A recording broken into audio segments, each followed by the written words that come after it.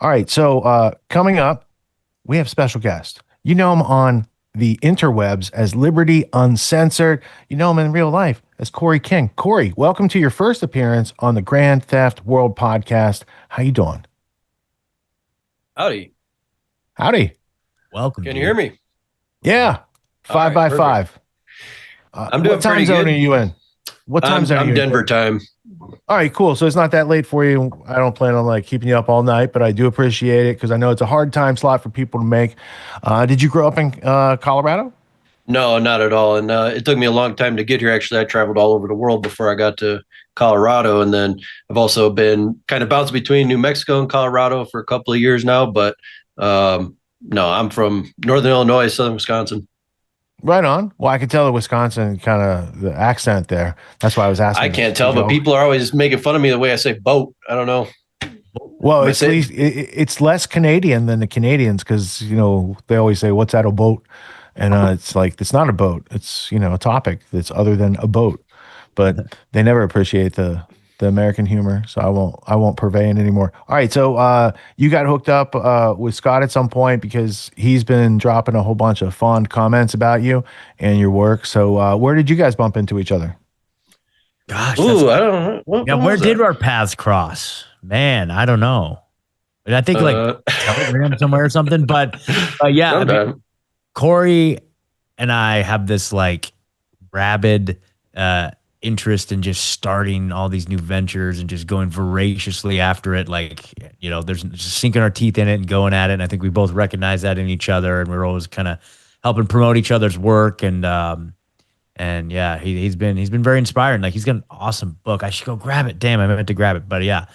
Well, I mean, that was like our first real interaction was around your first book. Like you want to tell us about that a little bit?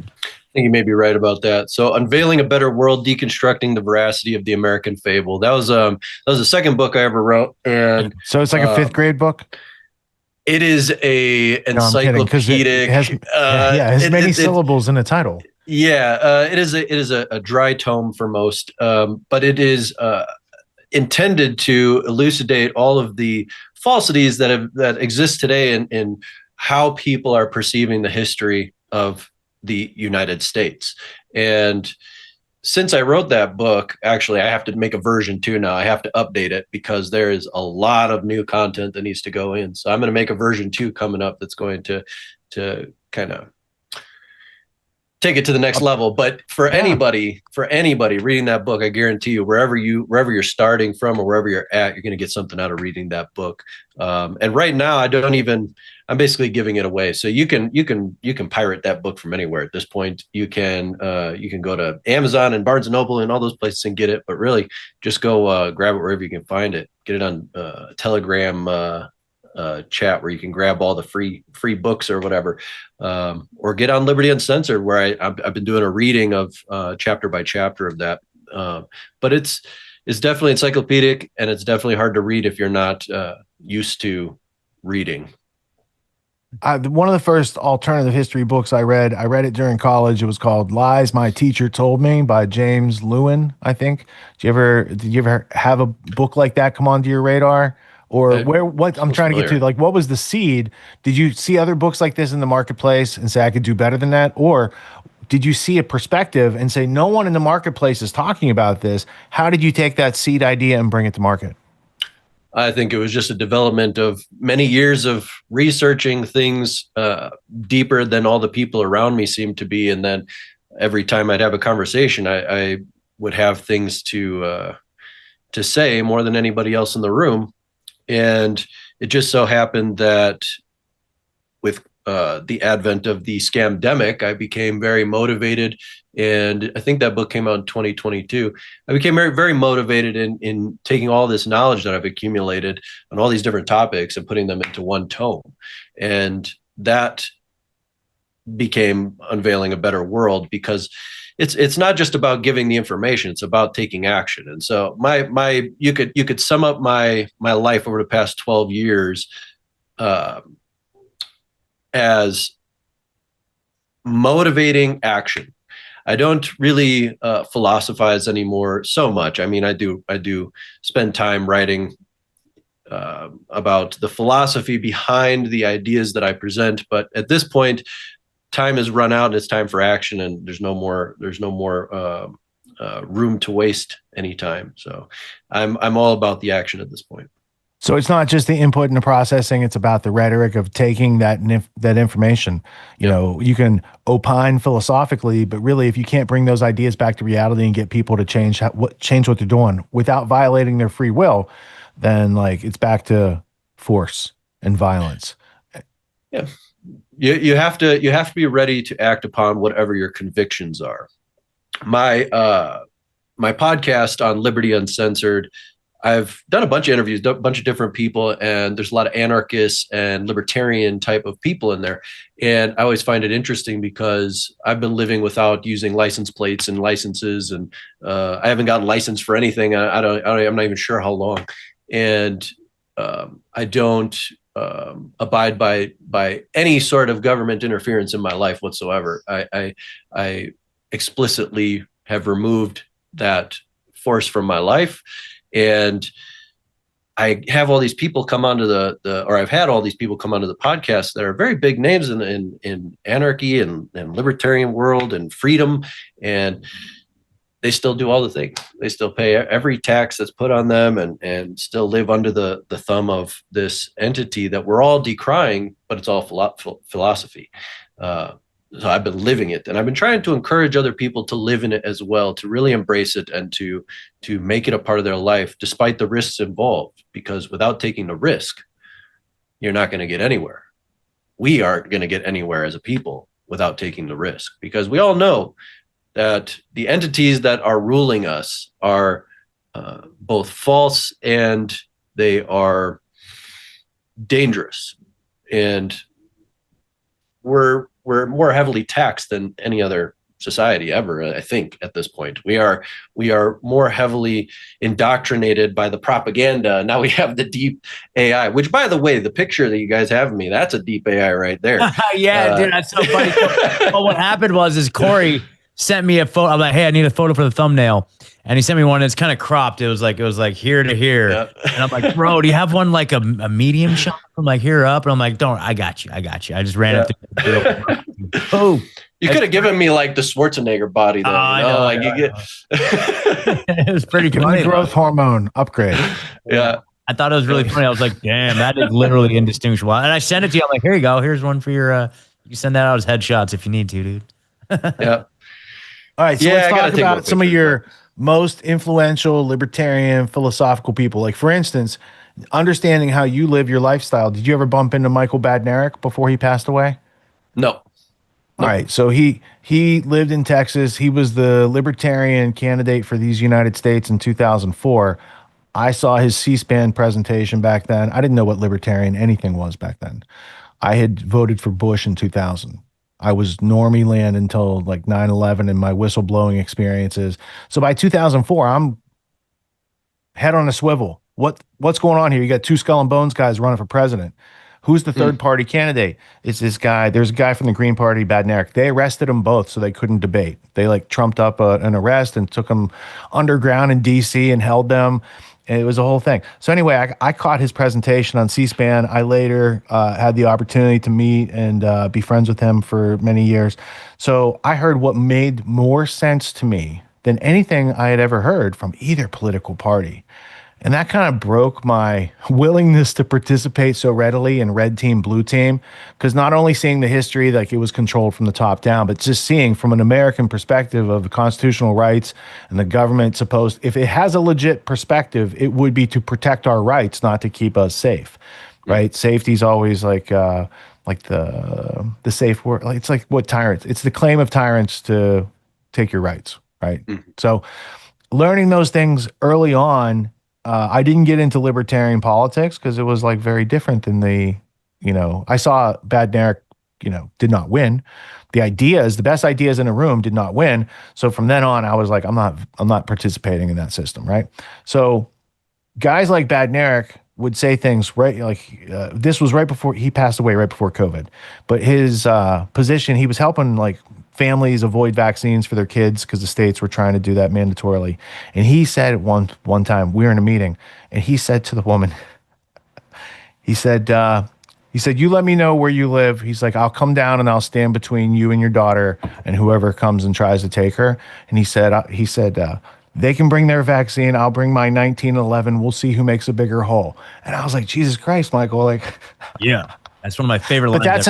yeah, dude, he's like 100. He's like that 100% of the time. So there's many times when like you'd be talking on the phone. It's like prank caller, dude. You can't like, don't you know how many people are in between like the two earpieces that you're talking into? It's like, yeah, Comverse and Amdocs and a whole bunch of other companies out there. So anyway, learning how to have truthful communications with people is often difficult. But that was a guy who just like his philosophy cut through everything. So I didn't know if you had some mentor or someone in the libertarian community, you know, that caught your ear or your eye, or it was like, you know, going back into history with Lysander Spooner or some of those thinkers, you know, Bastiat, Etienne de la Boissy, however you say that French guy's name. Those ideas of liberty. So did you have any of those early influences around, or how, like, what was your context getting into this type of work? Well, first of all, I am no longer, I could no longer call myself, except as at an individual level, at a political level, I am not anything to do with anarchy or voluntarism. I am not libertarian. I am not Republican. I'm not Democrat. I'm none of these things. If anything, I'm a constitutional Republican, or a some sort of mix of a constitutional Republican and a nationalist or a national socialist, because there is things that integrate between them that function really at a high level. But in any case, that's a whole nother conversation. But the driver behind my ideological growth and evolution has really been,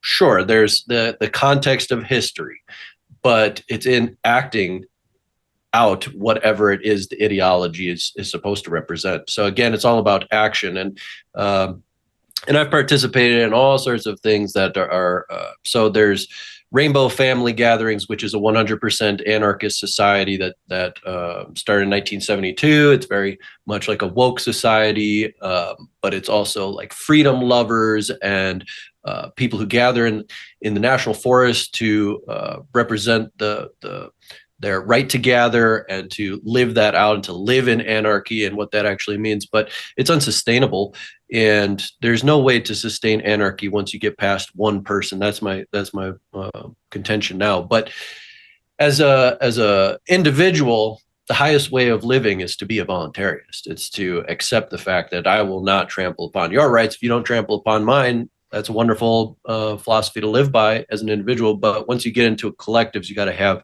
structure. You actually have to have government, and even anarchy is self-government. So you never actually lose government.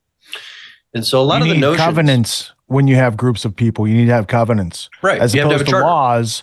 Yeah, you have to have things that are mutually agreed upon in a way that can be reciprocal and reciprocated. Yeah, you can't be floating free. The hyper individualism of the United States is already proven the fact that it doesn't work. We are the most hyper individual nation that probably has ever existed. The degree of it has caused cultural, psychological, financial, endless problems in all regards, the hyper individualism. And it's planned. Do you think a lot of that comes from labeling? Because Voltaire had said, to label oneself is to neglect your best aspect in many cases, because you can only get one label and you got many good things you're bringing to the table. So if you refrain from labeling yourself, it leaves people to qualify you by your actions only instead of Yeah, we continually reframe ourselves throughout our lives, right? So we evolve, and then we reframe to categorize, to box ourselves into a place where we're understood. And that's just part of logical reasoning and the ability to communicate. We have to have a box, a package to be able to transfer that communication to the person we're talking to get understood, which is why common language is important. If we're talking from two different languages, or even we're both speaking English, but perhaps the terminology, we have different definitions for things, then we're not going to be able to communicate accurately together. Or if there's predispositions, noise in the signal, or propaganda, right? We just learned about propaganda. Like, so in between the communication is like the predispositions of people who've heard things already that might not have been observed in reality, right? And And the propaganda where you might accept a piece of information thinking it's true and it was purposely created to make you think that thing's true when it's not. So even Yeah. just if we speak the same language and we can hear each other, there's other things usually that are playing into that mathematical theory of communication, the entropy sources. Right. The infinitely regressive effect of not being able to empathize. If you can't, so empathy kind of, what's that word? It supersedes the effect of all physical language, you could say, the vibrations of the voice casting spells. And so empathy, the ability to actually feel what the other person feels, would seem to, cross those lines without having any need for communication. But anytime that we start with language and we have a common language and we're trying to organize ourselves in a direction as a community of some sort, it's going to develop into a government one way or another, whatever, however people that are creating it are going to create. I actually just did like a whole series on this, the psychology of political systems, where people will reflect, but all political systems are reflections of the will of the people that are the nation creating the state, whatever the state may be. And so if the will of the nation is accurately represented in the state, then the state will be a beneficent government, however it's formed, because it's not majoritarian, leaving some minority at outside of it, because a nation is homogenous, it's cohesive. You can't have a nation of multitudes of different peoples. Basically, you can't have it, because a nation is a cohesive unit that thinks alike, lives alike, within a general flexibility. Once you extend out of that, so like if you were to try to mix a deeply authoritarian state with a deeply egalitarian state, they don't mix. It would be like where the Atlantic and Pacific are meeting, right? It just wouldn't mix. And so it's the same thing with different types of nations. It's the reason why France and England, basically being the same people, fought each other for like 1,000, 1,200 years. They kept fighting each other because they didn't have that national cohesion. They were different entities and they were separate by that. Their political structures developed as reflections of the will of the people, with a lot of influences and problems. Too much to even begin on, but that was their goal. Speaking, They've written books on that. So an example would be 1967, USA, USSR, Divergence or Convergence by Brzezinski and Samuel Huntington. And that's like the oil and water metaphor, only it's not really an egalitarian society. It's just that it has the box, but the product's not inside anymore. But in either case, like, they were internationally controlled through banking, and they're just two different experiments going on. Right. The communism is rapid wealth reacquisition or, transition to the government, but there's still capitalists at the top of those governments that are pillaging and plundering the rights and property and minerals and all the resources of those countries. And I think that's, been a recurring theme that escapes a lot of people that are just trying to get by every day. Right. So by seeing the state apparatus and the bureaucracy, did you ever do research into like where all those pieces come from that you were, over the years escaping from and taking your foot out of the loop, the snares and whatnot? Doing research into the entities itself that that I'm separating from. Who came up with an idea of owning a town? We all live in towns.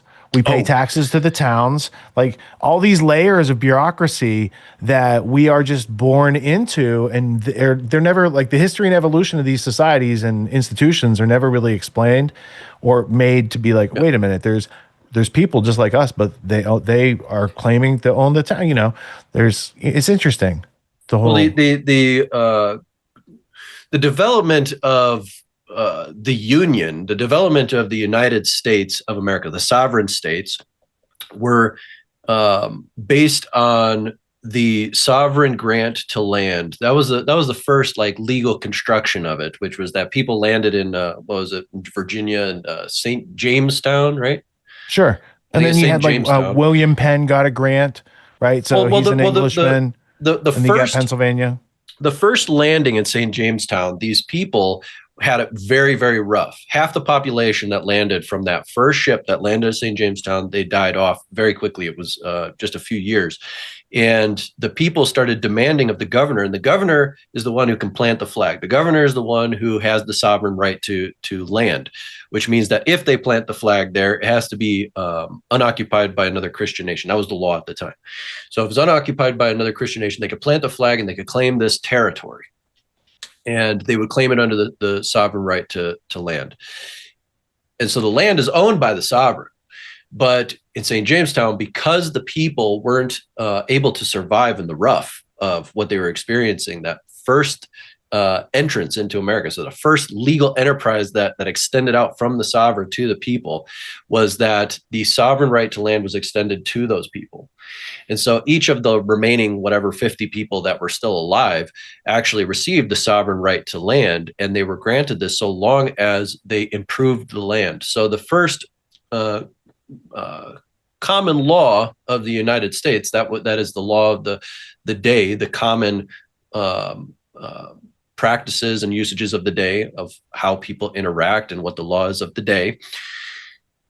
They found that they had a right to land from the sovereign grant, and that they could hold that land in perpetuity upon improvement of it. And thus we have private property in its fullest expression formed immediately upon the creation of the first colony from Britain to the United States. And so all of modern private property ideas stem from that one moment, really, because it's the American version of private property rights. And everything that's happened since has been built on top of that, but with lots and lots and lots of deviations along the ways, because all the different charters and treaties and all the different arrangements that have been built on top of that one idea have in some ways either watered it down or nullified it or changed it in some way. But that was the origin of private property in the United States, or in the American way. So in the British Empire, as it was nascent back then, I could have private property as an individual. I might have an anvil and a hammer, and I made myself a tool. And my livelihood depends on me using that tool. Now, one of the king's men comes along and says, that's my tool. I could fight the king's man. I'd probably die. Or I could lose the tool. Probably going to die. But at least I had a chance to fight back then. And I knew my position. I knew the hierarchy was very clear, right? In this situation, people seem to be convinced otherwise by words and therefore don't resist. Like if I went into the wild, I can't say some words to an animal and get it to acquiesce and just like let itself be hunted or trapped, right? They're going to fight for their life. They haven't had some public school education to indoctrinate them out of that instinct using words. So do you think there's any like sophisticated use of words to get people to not treat the survival situations like survival situations? I think that most of the language that people are using today is basically collapsed language. It's Orwellian language. The first article I ever wrote for Liberty Uncensored was about how language was being appropriated for other purposes than what it actually was evolved to be. But the way that people use language now, I see it as a shrunken and piecemealed, convoluted thing. It's not the actual language. And when we look at the historicity of language, what it meant 50 years ago or 100 years is always different. How we're using it today definitely is quite Orwellian and improper. We don't use proper language to define the world around us, and language defines the world around us. So if all of a sudden we were to lose our language, we would no longer have the means for which to describe the world in which we are born into. So now when somebody says, for example, that they are a citizen, what citizen used to mean versus what it is today, very different ideas around this. What are some other good ones? Even man or woman. What is a woman, right? The question, it's like people trying to utilize the language for all sorts of crazy things. And so how we use language is really important, and where we are now and where we're going with it. Even the people that I talk to that seem to be really on point with their ideas can't communicate it correctly, can't communicate it with precision, and aren't really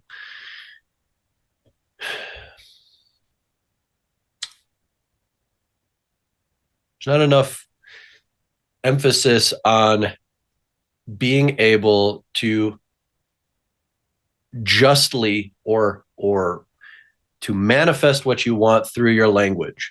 I don't know if this is answering your question, but there's basically been a, a downgrading. We had a very, very, very voluminous language. The English language derives from many, many other languages, and it's the most complex language, which means it's able to be used in a complex variety of ways, but the words have meaning. They have etymological definitions. And I spend a lot of time correcting these definitions that people use today. And I think that we're just going to keep going downhill, actually. I think that we're going to keep going downhill with regards to how people use their language. And if we're going to correct for that, we really need more orators. We need more people that have this ability to really come out and communicate correctly, and to show other people how to communicate correctly. I wouldn't say that I'm the best at it, but I definitely make an effort to communicate accurately what it is I'm trying to portray.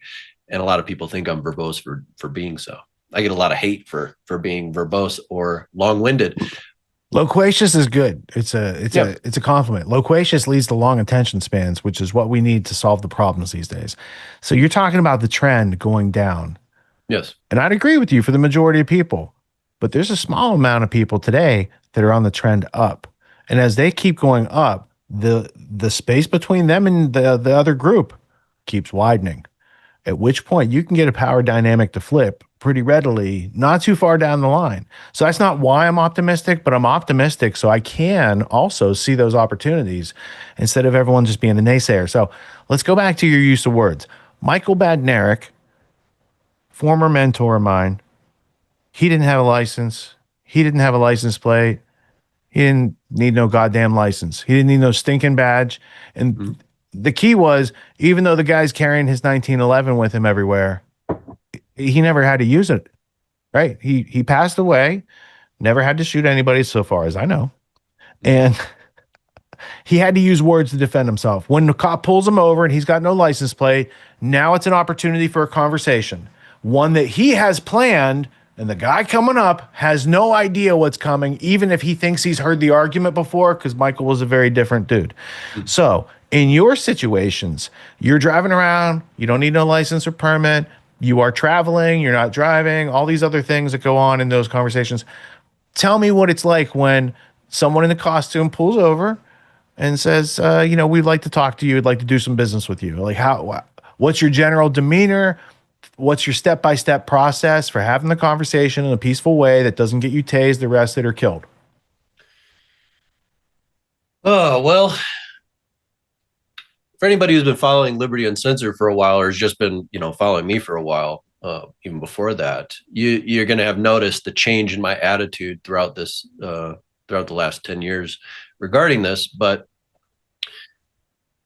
if you are provocative and attempting to, sometimes provocation is necessary, but for the most part, 99.9% of the time, having a conversation in a respectful manner with somebody who has a gun and is willing to shoot you if you make the wrong move, and that's a lot of cops out there, is going to not only protect your welfare, your life, and make things go a lot easier, but if you show respect for the person, then what follows is going to be a lot easier. Now, not all the time is this possible. I have stepped out of my vehicle and been shouting at cops on the side of the road, or one time I got pulled over and instantaneously there was like 4 cop cars, and I had pulled into a parking lot, and I immediately got out and I just walked right up to them. I started shouting and pointing my finger in their face and just shaming them down.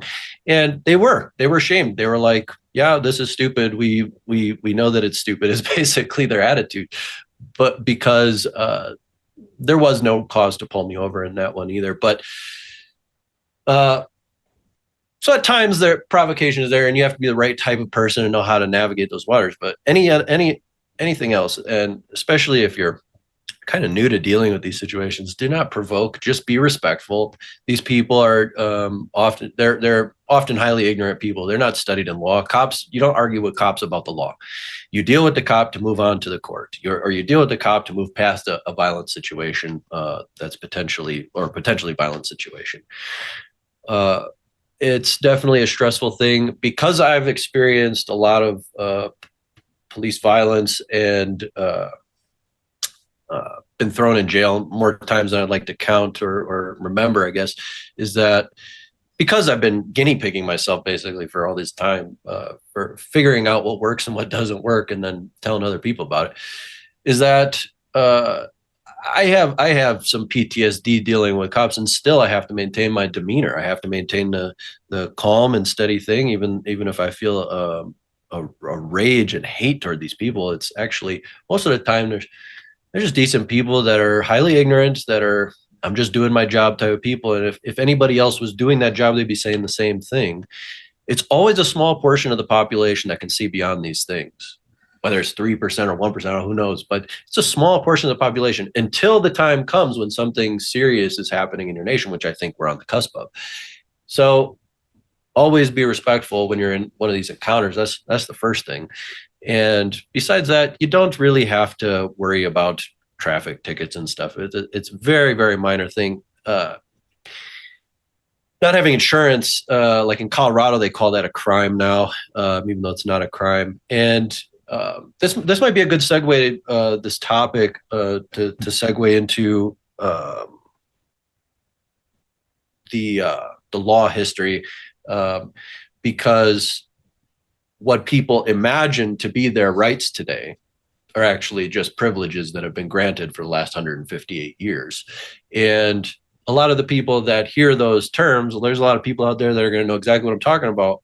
And they're going to say, oh, that's nonsense. But the fact is that there has been, just like in every other venue of thought regarding anything that is called conspiracy theory or anything that's kind of out there, is that these things have operatives, they have agents mixed in everywhere to lead you along false paths. And what we've been trying to do for a long time, me and various groups of other people, is call out all the frauds out there and to show by our actions and to show by proofs that these things, that what works and what doesn't work.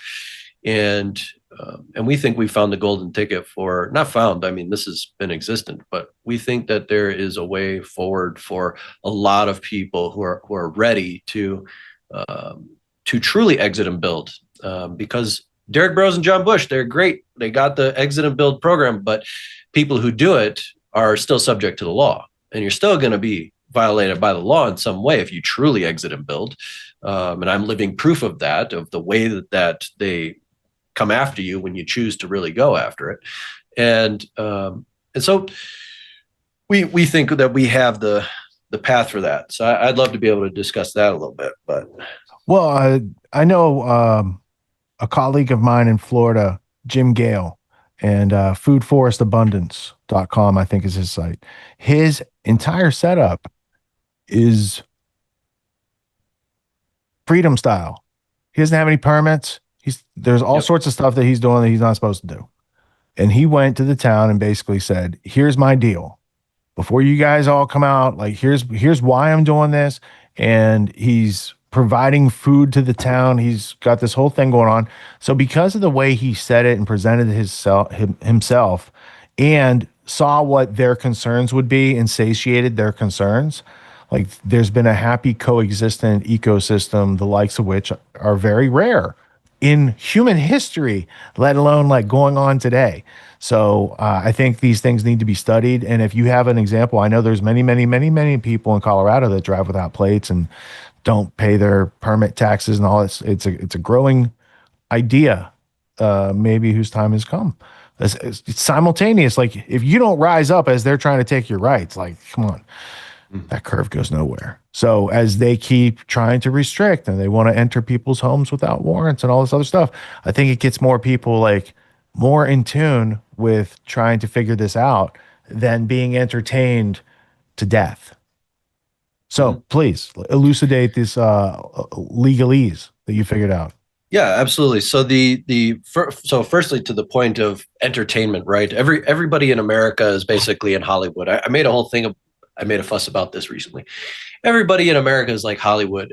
You go almost any other place in the world, and the sort of plastic existence that people live, it's different. It's different. There's a real world out there with real interactions and real people, and there's this Hollywood thing going on in the minds of Americans, which is really unfortunate because it's time to, as I always say, gather, organize, strategize, and act. You got to get out there and do things. So, but Bradbury called that out in Fahrenheit 451. That was the whole problem with Montaug's wife. She was more taken up with the reality of the unreality in the entertainment than like the human struggles going on.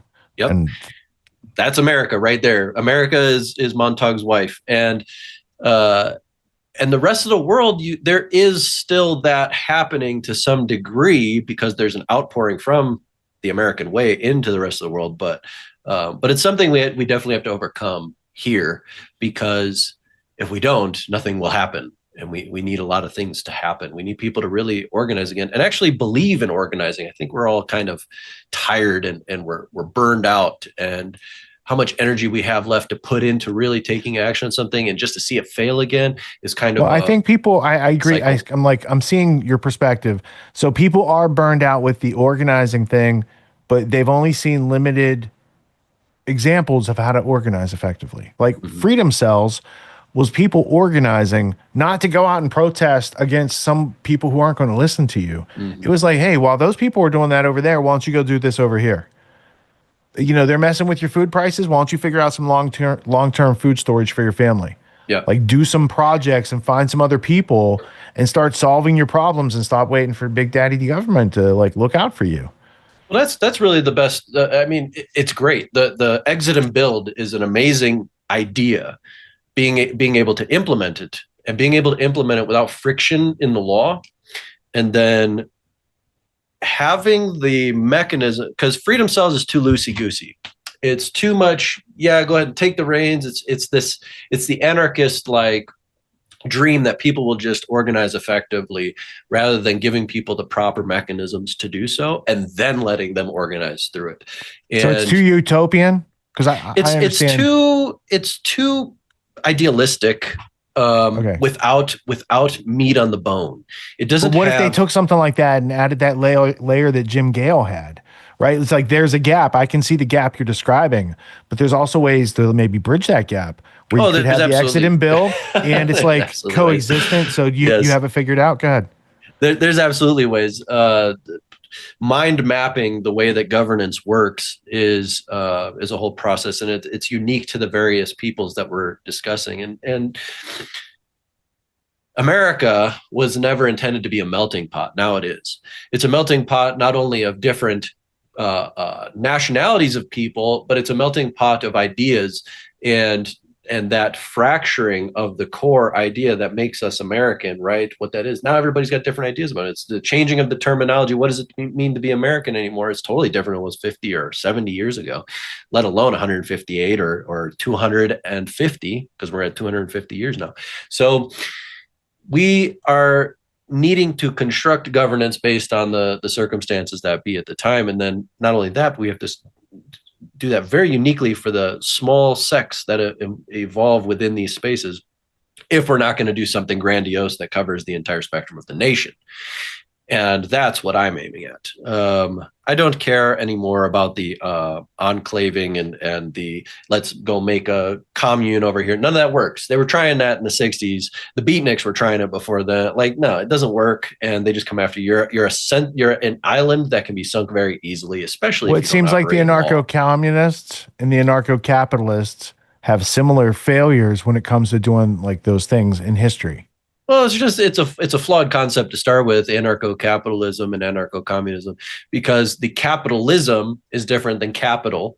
Adam Smith would balk at the idea of what capitalism is. Capitalism is monopolism, which is what took over England in 1666, and then Well, Smith was writing about when he writes, in his books, he's writing about the opium trade.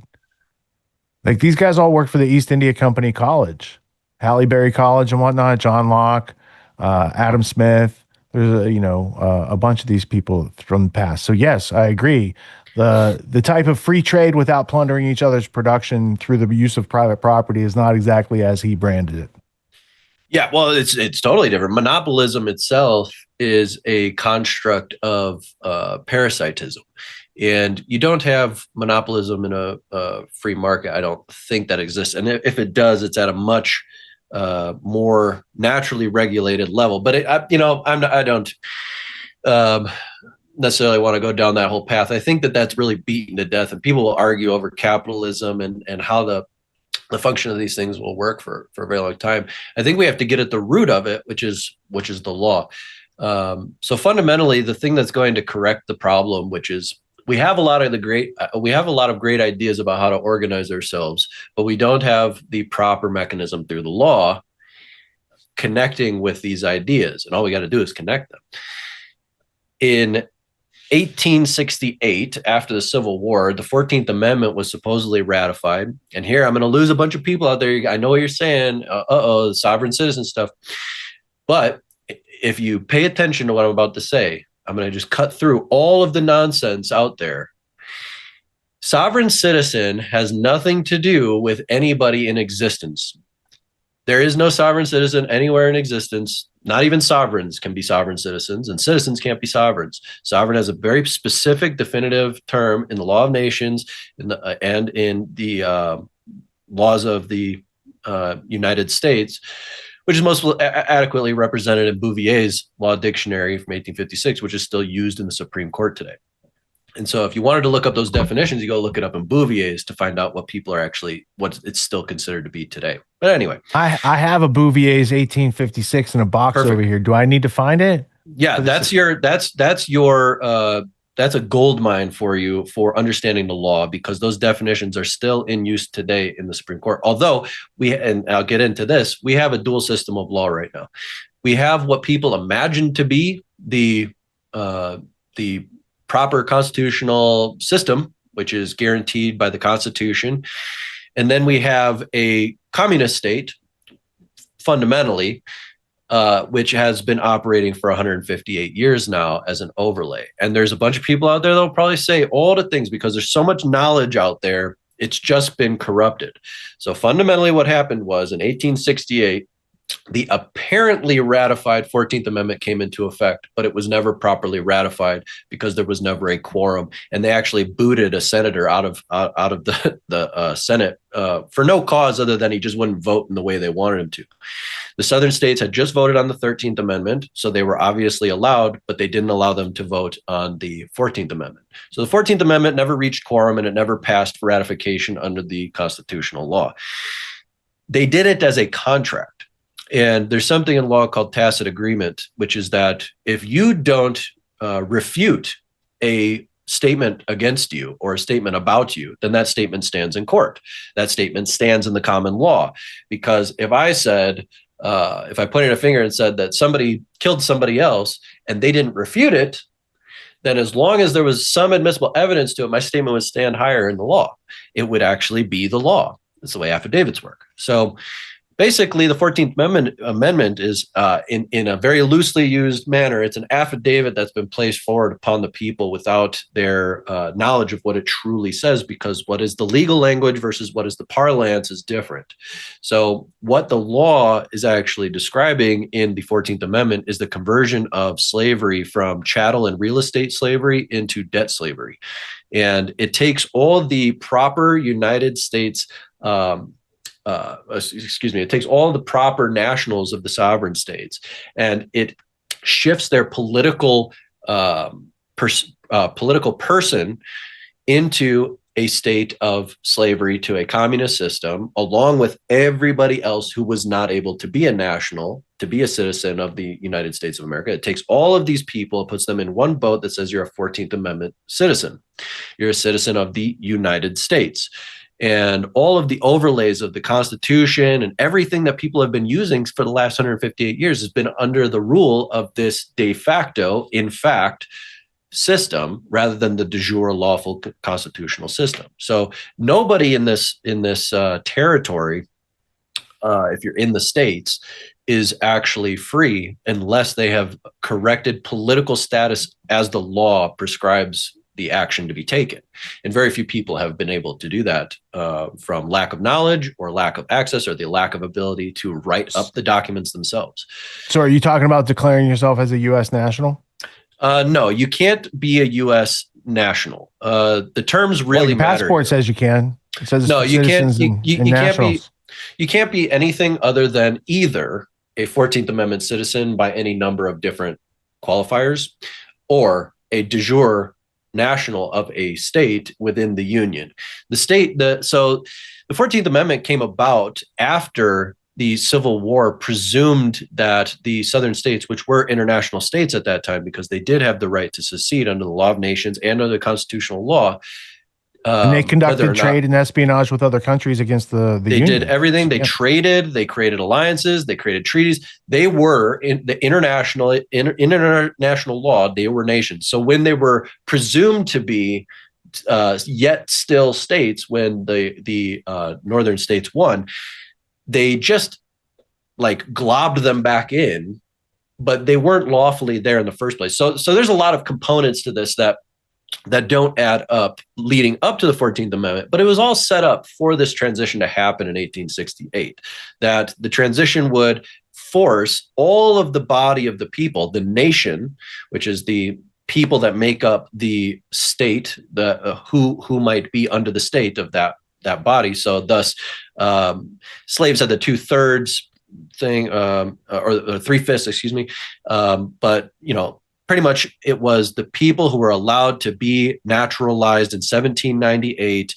They were the proper citizens. Whoever was allowed that fell under those terms was a citizen of the United States of America proper in the de jure before 1868. Those people never lost that quality because there was no dissolution of the proper state. So what happened was they created a dual system of law where you are still the de jure citizen, the national of a state, but at the same time, you're this 14th Amendment citizen, and the operative law of the day. So no case law is going to exist in the 158 years since that. No case law will exist. Nobody will purge themselves of this information who's in the know, because they'll be admitting to fraud and treason, and they'll have to be hung. And so they're not going to go and openly admit it in a courtroom. You have to actually know the law. And then as a free man, what the indication of that is in the terminology, in the lexicon of the law of this place, in the common law and in the civil law, is that to be a free man means to be responsible for your own life and to be responsible for your nation. So when you're negligent in caring for your nation and maintaining it, then you are not a free man anymore.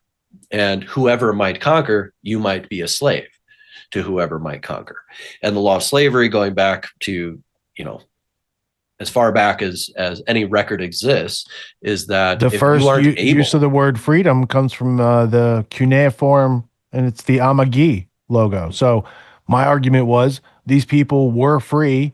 They ran into some people who jacked them, and then they had to come up with a word for what did we just lose?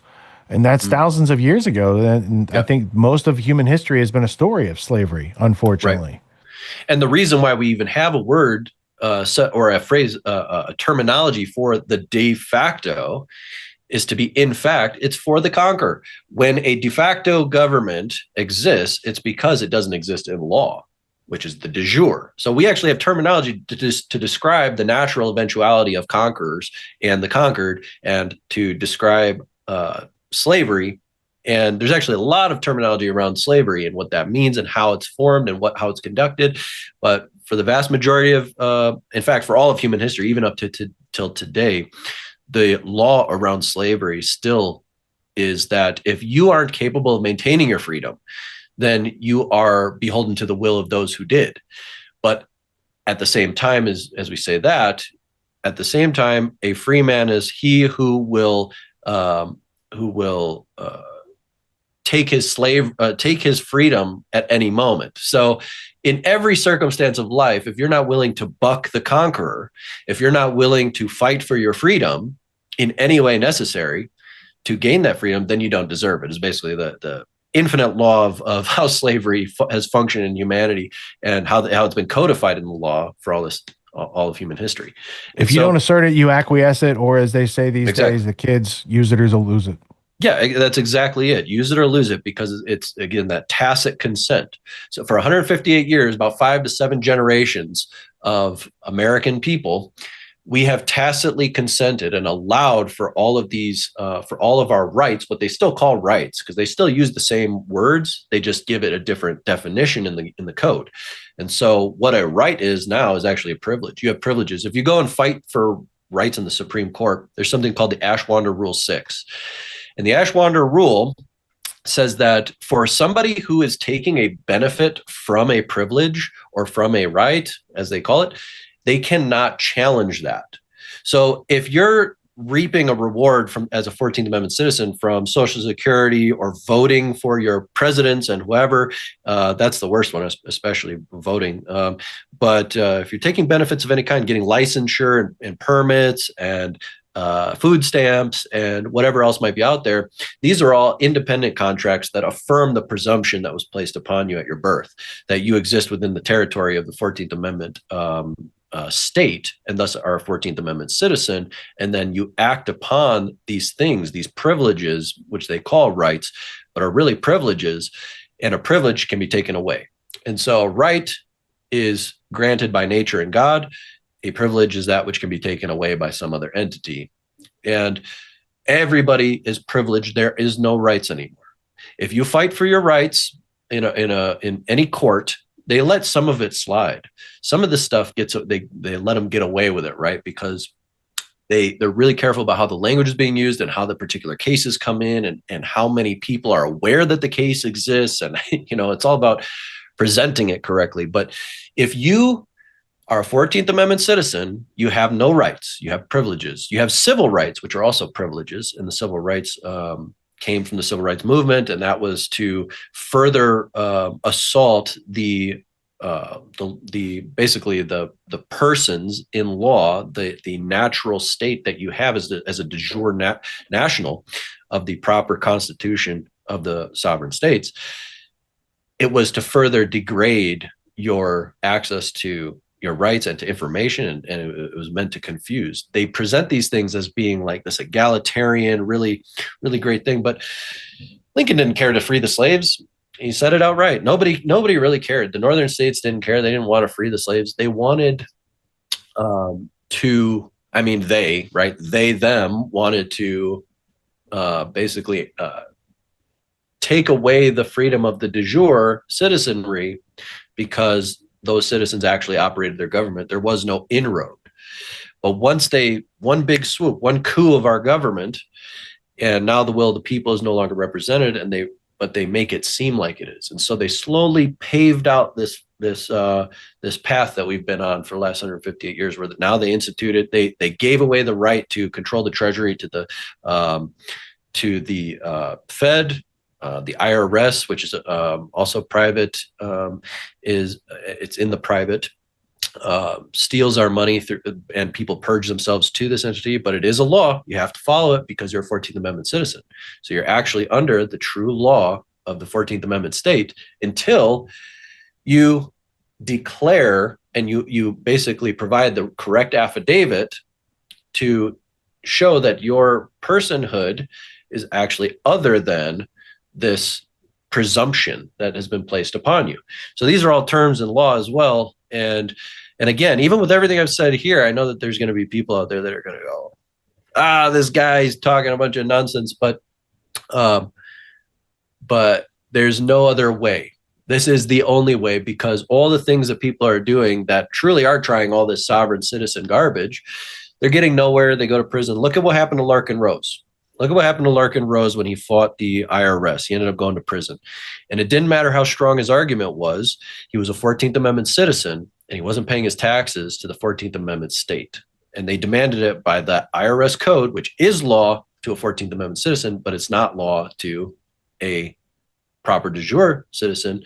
And so that doesn't mean there's no taxes to a de jure national, but they're different. So what is the composition of an affidavit that allows you to declare your independence? An affidavit fundamentally is a statement of fact, and you can be charged for if you lie in an affidavit and it's proven to be false.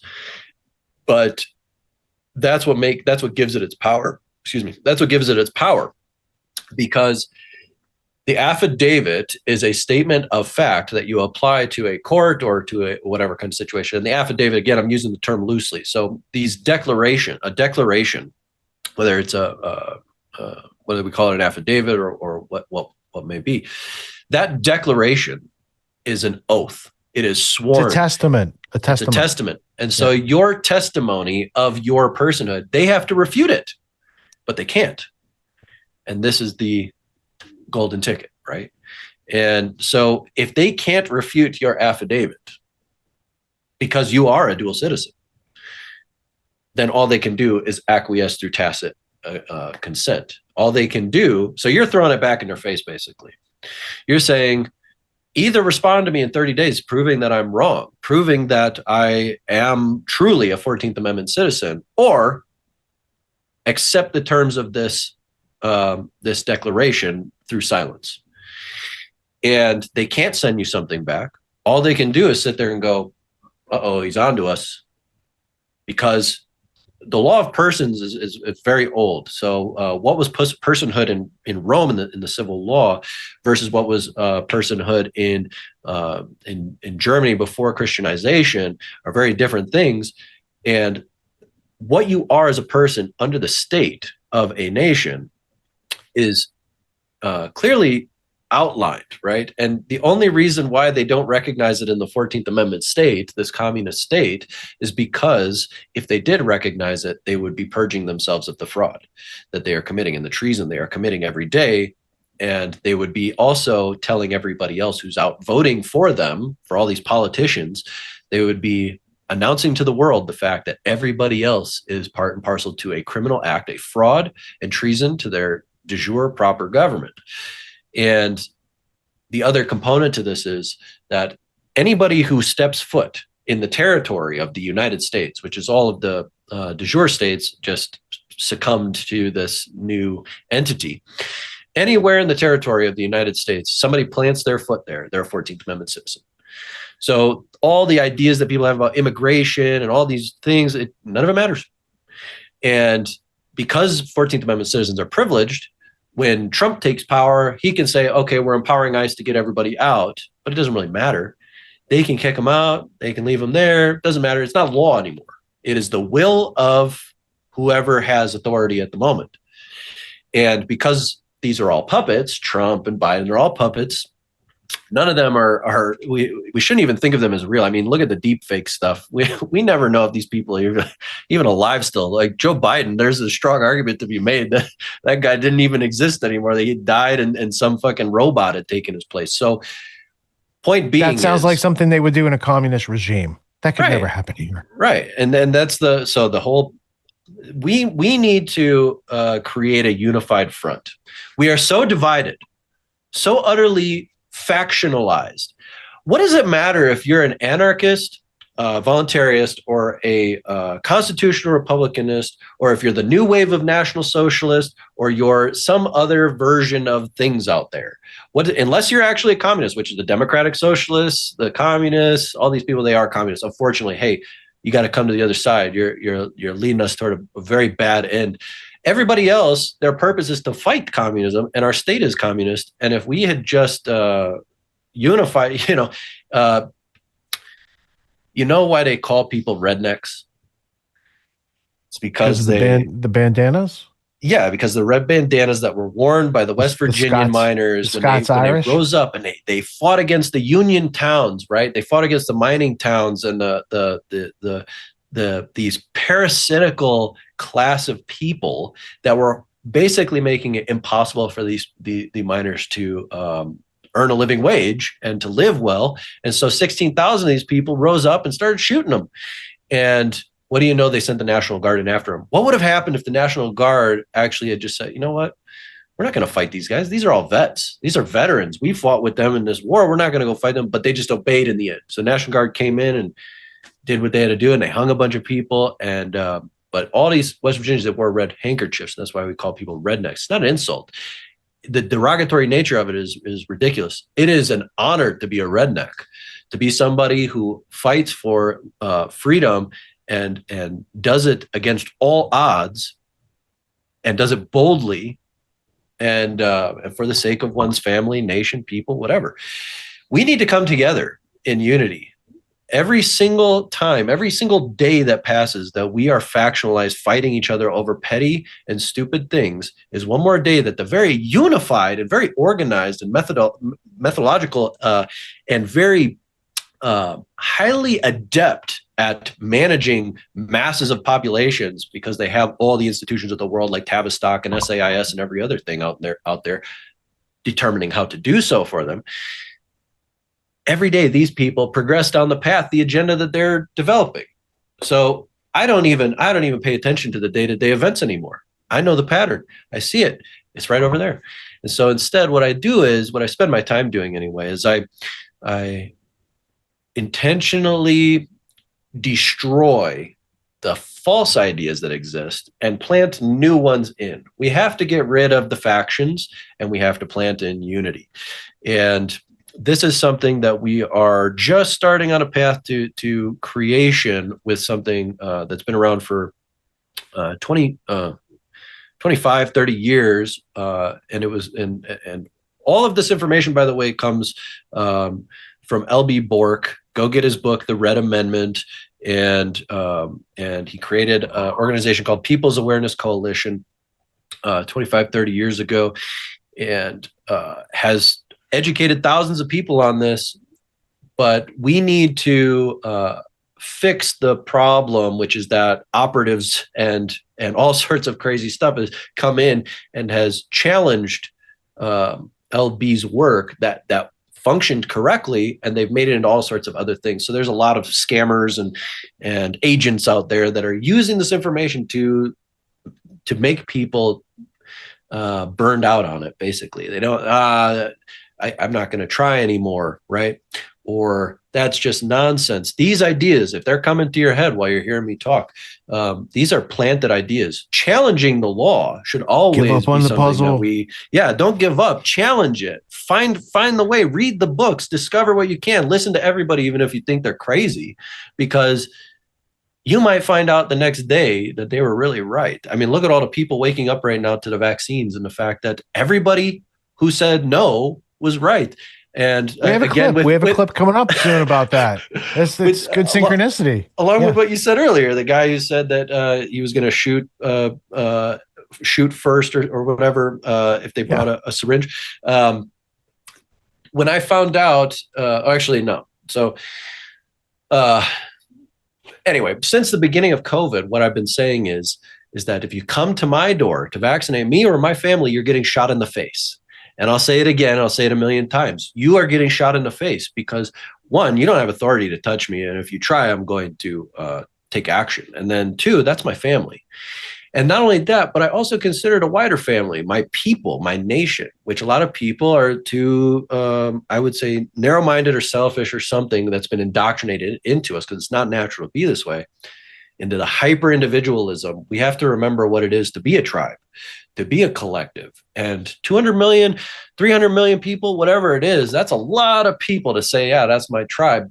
And it's probably impossible to really coalesce something that large into a singular entity. Look what happened to the federated USSR. They had to dominate all of the minority groups. No, a nation is a cohesive unit.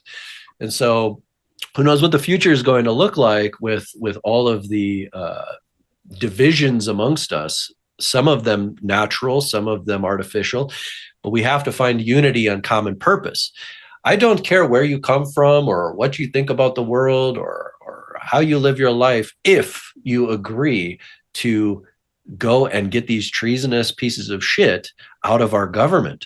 If you agree that we need to correct these imbalances that have been created in our lives, that have made us unhealthy, that have made us basically constantly distraught because there's no freedom even in the body from microwave radiation, which I did some talks with Scott about that in the past too, other podcasts about microwave radiation. The most pervasive and evil thing in the world, it's only increasing. We only have until 2030 before they combine internet bodies, Internet of Things through 6G, and they're able to track your biometric signature without implants. Everybody's going crazy about the implant or whatever. They don't need it.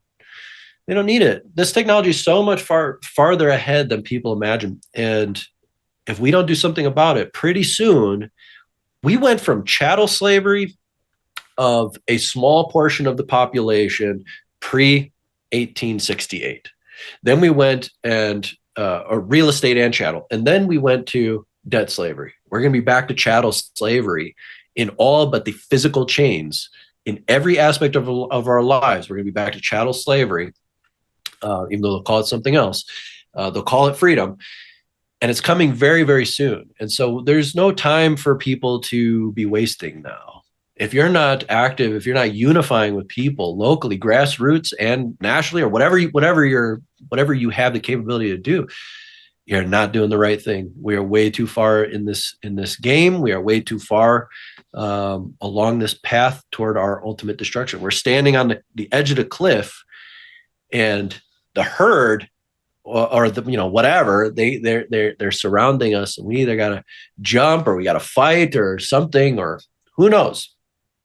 But we're facing it from every side and attain freedom before they perfect slavery.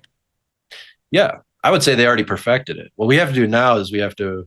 Well, they're implementing their perfected slavery, but they're not there yet. Yes. It's coming though. And so we have to organize, and that's what we're trying to do with People's Awareness Coalition, and then also something that I'm not going to mention the name of it right now, but it's but getting political authority, getting a political movement going that people can unite under for this specific purpose of actually doing this. We need to start building this way. We need to stop thinking that we're powerless. A lot of people are just thinking that we're powerless. We're not powerless. We actually have incredible power as the proper nationals of this entity called the United States of America. It's just that we've been lost in this fraud that's been perpetrated against us, that is changing our legal personhood. And that's what people have been trying to fight all this time, doing the sovereign citizen garbage, for the most part, garbage, going to courts and doing the capital letters and all this, just so many things, admiralty law, all the different things. It's all garbage. All it comes down to is this one thing: your political person, what you're defined as politically under your state that's operating and has the operative law, is you're defined as a 14th Amendment citizen. You are a citizen of the United States, which is a completely different contracted entity to the de jure constitutional Republic of the United States of America. They're two separate things, and we have to get back to the other, and we have the way to do that. So we have to do a bunch of things all at once. People have to get very active. No more waiting. We have to be vigilant. No more negligence. Time is of the essence. Corey, I want to thank you for taking time out of your schedule to help us out and understand these ideas that lead to freedom and liberty in a long-term sense. Other than your Substack for Liberty Uncensored, where else would you like to point people? If you want to check out PAC, that's pacinlaw.us, pacinlaw.us. And there's going to be a lot more channels opening up in regards to the things that I talked about with all this. But yeah, you can visit Liberty Uncensored. You can find all that stuff. I write a lot of articles about the law, and a lot of these links are included in that. So, hey, also, go ahead. I'm extremely censored. I can't even get started on how censored my content is and how hard it is to get out there. The fact that I even know Scott and I'm able to, call him and they're not somehow cutting us off in between. So, it's amazing to me. I am extraordinarily censored.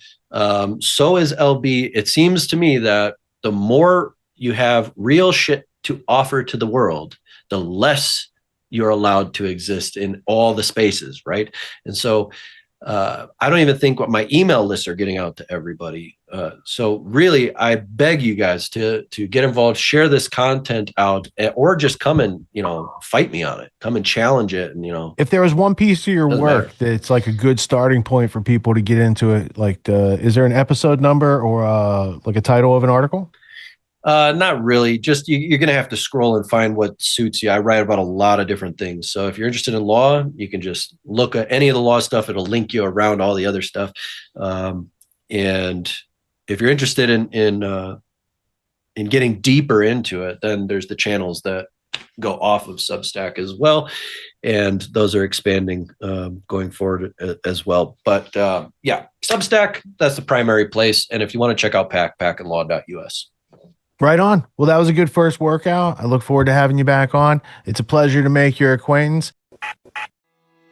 I've dealt with a variety of fears over the years by facilitating a growth mindset and an anti-fragile mentality.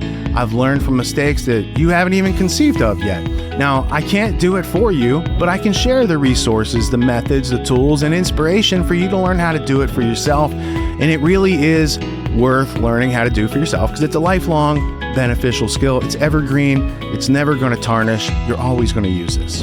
If you're interested in learning more, I host a podcast every Sunday night. We analyze the week's news and help you have non-contradictory views. You actually understand, but you've got to come along for the ride and process the news with us so you have that understanding. I also teach adults twice a year in a 12-week course called Autonomy that is aimed at resolving all the problems I just pointed out with the school system and the irrational fears and the replacement of the rites of passage and the methods you need to have a skeleton key in life and a Swiss Army knife so you can have the tools and the access to do whatever you need to do in this world to bring your goals, to bring your dreams and map them to a truthful reality.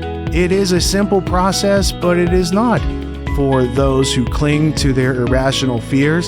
So I hope if we have lowered the barrier to entry today, if you see a future you that is more realistic and in detail and something you want to strive toward, I recommend you go to getautonomy.info. Check out the offer as far as what we do for people.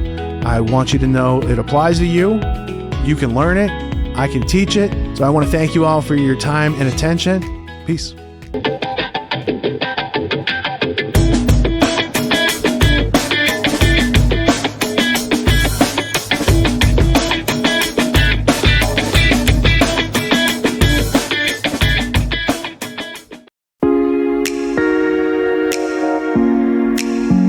Who's going to be first off the mute this morning? I'm glad that I have this course now more than ever. Having a community of people to discuss how to be empowered and autonomous is really necessary and also therapeutic.